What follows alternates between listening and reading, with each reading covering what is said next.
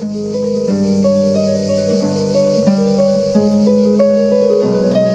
fait, c'est le créateur qui bascule le miroir. Il y a la femme endormie, pour moi, c'est le confinement. Toujours comme ça. Et les chevaux, c'est la liberté. Les chevaux qui sortent du cadre et on se réveille, on repart, j'espère. Ce qui me fascine et ce que j'aime faire, c'est les thèmes des paysages, de la femme surtout, que je mets partout parce que pour moi c'est mon idole. La femme et surtout la crainte pour cette future nature, notre jardin qui est en train de dépérir. Et c'est un peu des appels à la jeune génération d'essayer de vraiment de sauver notre toit, notre maison, qui est la terre. Alors c'est de l'aquarelle et à l'huile, les peintures à l'huile également. Vraiment le lieu propice qui s'adapte très bien à mes peintures puisque c'est vraiment le sujet d'ici qu'aimait, je pense, Frédéric Mistral aussi, avec les chevaux, les arlésiennes. Voilà. Donc pour moi c'est magnifique.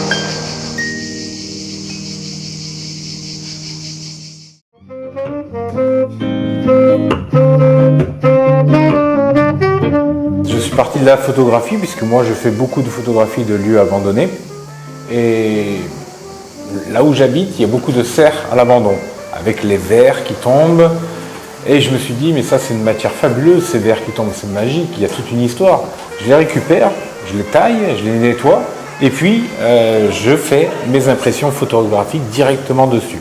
Mon sujet de prédilection c'est aller prendre des images là où elles sont, mais après je me suis beaucoup intéressé à la manière dont les gens travaillent. Mon grand-père, il travaillait dans les hauts fourneaux. Donc il y a toute cette notion de main d'or, un peu, où il travaillait en sidérurgie.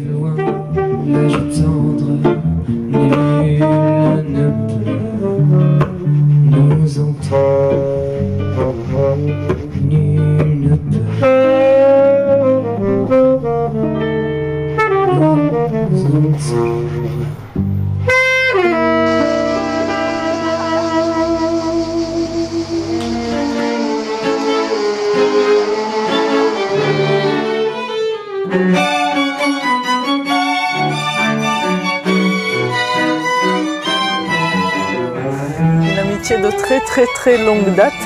Et puis Marie a commencé à peindre. Et puis moi j'avais ce désir de travailler le métal.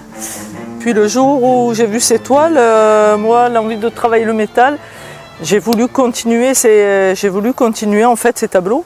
Parce qu'il y avait quelque chose, une inspiration qui m'interpellait et puis un respect entre nous et une confiance réciproque qui faisait que c'était évident en fait. Allier la toile, la peinture, le métal et la matière parce qu'en fait, j'intègre aussi du bois dans les supports de tableaux et ça voilà. Cette liberté que nous avions toutes les deux.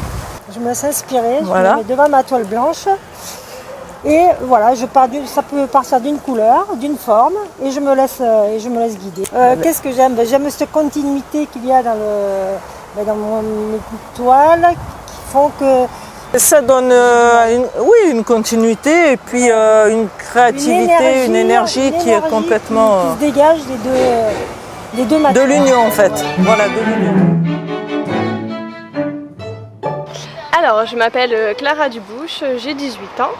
Cette passion m'est venue à l'âge de 7 ans, en fait, quand mes parents m'ont inscrit à des cours de dessin. Même si je ne pensais pas faire des études artistiques cette année, les choses ont fait que j'ai eu le temps de me remettre beaucoup au dessin. Et je me suis rendu compte que ça me plaisait beaucoup plus que ce que je ne pensais. Et c'est comme ça que j'ai été amenée à tenter le concours pour intégrer l'école MOPA à Alors ma préférence c'est je pense l'outil le plus basique qui puisse exister, à savoir le crayon à papier. Et après technique que j'ai découverte en préparant le concours, c'est le fusain que vous pouvez voir ici, c'est la technique que j'ai utilisée pour reproduire Mistral. Et le fusain j'aime beaucoup parce qu'on peut donner vraiment de la profondeur, du volume aux œuvres. Alors ça part de ma maman. Ma maman elle faisait des photos un petit peu pour le plaisir et j'ai voulu faire un petit peu pareil. Et il faut savoir que je suis passionnée par les chevaux, par la nature et les paysages. Et donc pour ces photos là, c'est en allant promener dans les calanques que je suis tombée amoureuse, voilà. Et j'ai voulu immortaliser un petit peu ce moment. Donc il s'agit de Camille Hautement, c'est la 24e reine d'Arles pour ceux qui connaissent un petit peu. J'ai pris cette photo le jour de son intronisation, là c'était quelques secondes avant qu'elle monte et qu'elle se présente au peuple d'Arles. Je fais beaucoup de photos basées sur le naturel, sur le spontané et j'ai un petit peu pris exemple aussi sur les photos que je vois beaucoup sur les réseaux sociaux.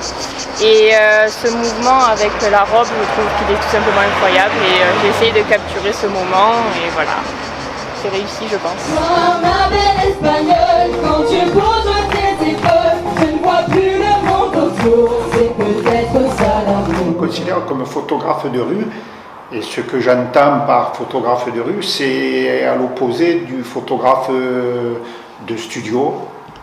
Parce que pour moi, le photographe de studio prépare, met en scène ses photos, a une action sur le sujet qu'il va photographier, ce que je n'ai pas.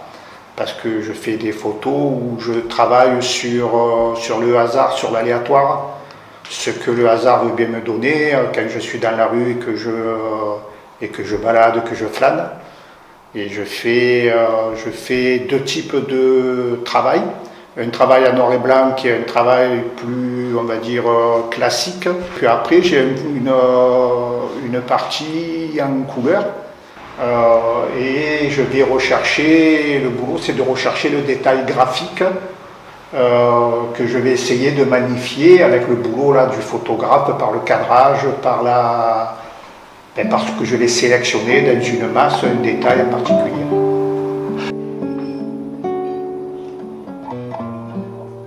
Et oui, c'est la reprise. Mais encore une fois, cet été, nous avons eu de belles manifestations culturelles à Mayenne, notre village. Merci à tous les artistes, peintres, sculpteurs qui nous ont présenté leurs œuvres lors de nos expositions éphémères. Merci aux musiciens, aux chanteurs de nous avoir réjouis lors des soirées de notre beau musée.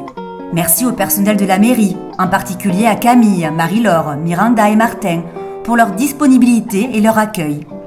Enfin, merci aux services techniques pour leur aide précieuse. Et merci à Michel pour immortaliser tous ces beaux souvenirs.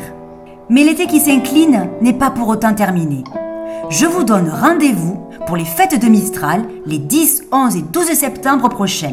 Alors, a benleu et bonne rintrada in tutti.